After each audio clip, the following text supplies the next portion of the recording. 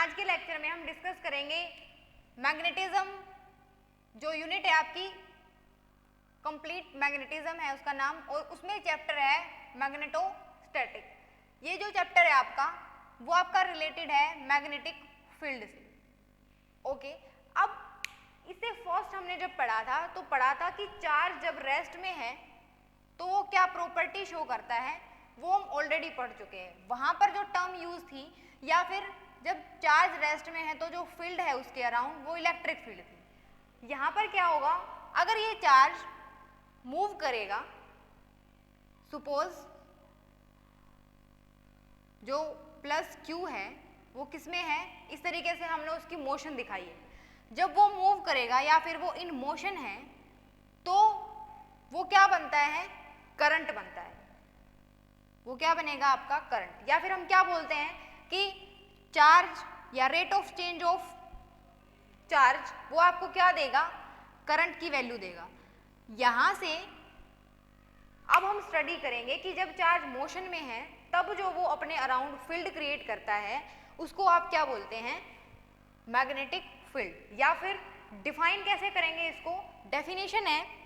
अब यहां से डेफिनेशन बाद में करेंगे, सबसे पहले हम जो नाम दे रहे हैं इसको वो है मैग्नेटिक फील्ड। अब मैग्नेटिक फील्ड से हमें क्या समझ में आ रहा है, जैसे इलेक्ट्रिक फील्ड से हमें समझ में आ रहा था कि जब चार्ज रेस्ट में है तो अपने अराउंड जो फील्ड क्रिएट की उसमें अगर वो फोर्स एक्सपीरियंस होता है किसी भी क्यू नॉट चार्ज को, वो इलेक्ट्रिक फील्ड था। यहां पर मैग्नेटिक फील्ड, मैग्नेटिक से पता है हमें क्या है, फर्स्ट तो हम इसी को इसी तरीके से डिफाइन करेंगे, लेकिन एग्जाम में हम वो डेफिनेशन लिखेंगे जो हम इसके बाद करेंगे। अगर मैग्नेट की बात कर रहे हैं तो इसका मतलब है मैग्नेट अपने अराउंड एक ऐसी फील्ड क्रिएट करेगा जिसमें क्या होगा, अगर कोई दूसरा मैग्नेट आएगा तो फोर्स ऑफ अट्रैक्शन या फोर्स ऑफ रिपल्शन अगर वो फील करता है तो वो क्या है, मैग्नेटिक फील्ड है। अब ये मैग्नेट से भी हम क्या करवा सकते हैं, मैग्नेटिक फील्ड को प्रोड्यूस कर सकते हैं। ये आपका फर्स्ट कॉन्सेप्ट था कि मैग्नेटिक फील्ड को, ये क्वेश्चन भी बन सकता है कि मैग्नेटिक फील्ड कौन कौन से मेथड से प्रोड्यूस कर सकते हैं हम। फर्स्ट क्या है, मैग्नेट। अब सेकंड क्या है, सेकंड है आपका magnetic field is defined as a space और field around a current carrying conductor, current carrying conductor in which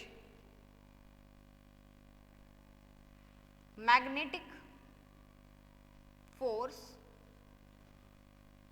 can be experienced, उसको हम क्या बोलते हैं, मैग्नेटिक फील्ड। ये जो डेफिनेशन है वो क्या बता रही है हमें कि सपोज ये हमने बना दिया कंडक्टर, अब इसके अराउंड ये एक फील्ड क्रिएट करता है जिसमें अगर हम एंटर करेंगे या फिर यहाँ पर मैग्नेटिक फोर्स एक्सपीरियंस कर सकते हैं। अगर आप किसी भी दूसरे पार्टिकल को यहाँ पर लेके आएंगे, या फिर जब बात करते थे हम इलेक्ट्रिक फील्ड की, सिमिलर डेफिनेशन है किसकी, हमारी मैग्नेटिक फील्ड की, लेकिन सिर्फ चेंज कहाँ पर है, यहाँ पर जो चार्ज है वो मूविंग है, वहां पर जो चार्ज है वो कैसे था, रेस्ट में है। मूविंग चार्ज को हमने क्या बोल दिया, करंट बोल दिया। अब करंट भी यहाँ पर स्टेशनरी होता है, ये नहीं है कि with respect to time current की वैल्यू चेंज हो जाएगी। यहाँ पर एक वर्ड और ऐड कर सकते हैं हम, स्टेशनरी करंट। स्टेशनरी करंट से हम इसका ये मतलब नहीं निकालेंगे कि जो चार्ज है वही रेस्ट में है, फिर तो ये इलेक्ट्रिक फील्ड बन जाएगा। हमने बोला करंट, और करंट का मतलब है जो मूविंग चार्ज है वो, और उस मूविंग चार्ज की स्टडी आपको क्या देती है, मैग्नेटिक फील्ड देती है। अब मैग्नेट से फील्ड, मैग्नेट के अराउंड फील्ड वो हमें समझ में आता है। अब जो करंट कैरिंग कंडक्टर के अराउंड भी मैग्नेटिक फील्ड क्रिएट होती है या फिर वो बना लेता है, ये आपको कंप्लीट ऐसे डेफिनेशन नहीं दी गई है, ये ऑस्ट्रेड ने एक्सपेरिमेंट से बताया है। एक्सपेरिमेंट क्या था वो हम देख रहे हैं। एक्सपेरिमेंट, या फिर उस एक्सपेरिमेंट को हम एक और नाम देते हैं, connection between electricity and magnetism. Connection between electricity and magnetism. अब इस बात से हमारा क्या मतलब है कि इलेक्ट्रिसिटी के बीच में कनेक्शन और मैग्नेटिज्म के। ओके, मैग्नेट ये हमने पढ़ लिया कि मैग्नेट के अराउंड मैग्नेटिक फील्ड। अब इलेक्ट्रिसिटी हमें कैसे मैग्नेटिज्म देती है, वो कैसे रिलेटेड है। अब ओस्टेड ने, या फिर वो ये बोल सकते हैं हम, एक्चुअली वो ये ऑस्टेड जो साइंटिस्ट थे, उन्होंने जो एक्सपेरिमेंट था वो कुछ और चल रहा था, कुछ और एक्सपेरिमेंट इन द सेंस कि कोई सर्किट बनाया हुआ था उन्होंने। ये हम सर्किट बना रहे हैं, सिर्फ ये कंप्लीट ऊपर सर्किट है, सर्किट की सिर्फ हमने सिर्फ एक करंट कंडक्टर ही दिखाया है, सर्किट का सिर्फ एक पार्ट दिखाया है। अब जो भी एक्सपेरिमेंट चल रहा था वो कोई और एक्सपेरिमेंट कर रहे थे। अब जो एक्सपेरिमेंट जो वो कर रहे थे, तो यहाँ पर एक नीडल थी, नीडल को हम ऐसे बना सकते हैं, वो नीडल ऐसे ही पड़ी हुई थी। अब वो एक्सपेरिमेंट चल रहा था, एक्सपेरिमेंट कैसे, इसके अंदर क्या एंटर कर रहा है, करंट। अगर हम किसी भी इलेक्ट्रिक सर्किट की बात कर रहे हैं, अगर एक्सपेरिमेंट कर रहे हैं, तो वहाँ पर हम उसमें क्या फ्लो करवाते हैं, करंट फ्लो कराते हैं। अब उसने देखा कि जब वो इस करंट कैरिंग कंडक्टर को, मतलब इस सर्किट के अंदर से करंट पास होगा, इसका मतलब जो ये वायर है ये क्या है, करंट कैरिंग है, इसके अंदर करंट है। उस टाइम पे ये डिफ्लेक्ट कर रही थी। अब उसने अपोजिट डायरेक्शन में करंट मूव किया, उसके बाद ये अपोजिट डायरेक्शन में मूव कर रही थी। अपोजिट कैसे, एक बार जो ये इस तरीके से मूव कर रही थी और एक बार इस तरीके से मूव कर रही थी।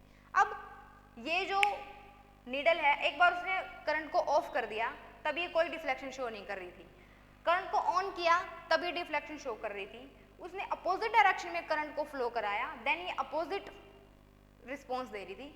तो यहाँ से एक्सपेरिमेंट कुछ और चल रहा था ऑस्टेड का, लेकिन वहाँ से उन्होंने क्या बताया कि अब मैग्नेट कब डिफ्लेक्ट करता है, जब वो मैग्नेटिक फील्ड या मैग्नेट से रिलेटेड फील्ड में जाएगा वो तभी करेगा। तो इसका मतलब है यहाँ पर कुछ तो ऐसा है जिसकी वजह से ये नीडल क्या कर रही है, डिफ्लेक्ट कर रही है।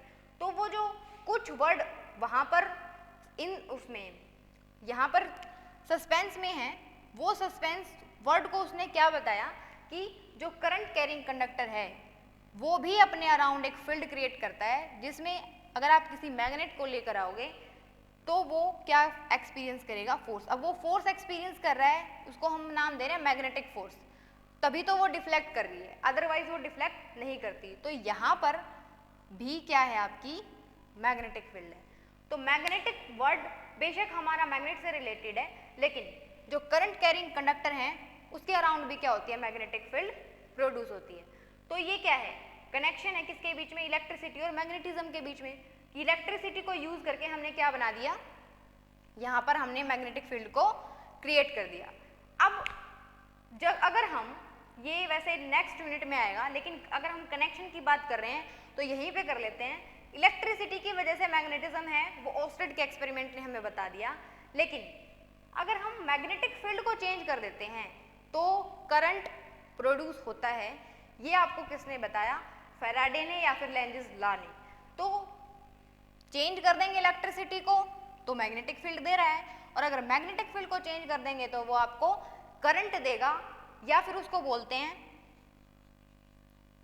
करंट देगा, या फिर वर्ड यूज करते हैं इंड्यूस्ड ईएमएफ। तो ये था आपका connection between electricity and magnetism. अब हमें कंप्लीट मैग्नेटिक फील्ड की स्टडी करनी है। मैग्नेटिक फील्ड की स्टडी अगर हम कर रहे हैं तो मान लेते हैं स्टार्टिंग में कि कितना फोर्स एक्सपीरियंस करता है अगर एक जो क्यू चार्ज है अगर वो मूव करेगा, तो वहां से हम फोर्स निकालेंगे क्या होता है।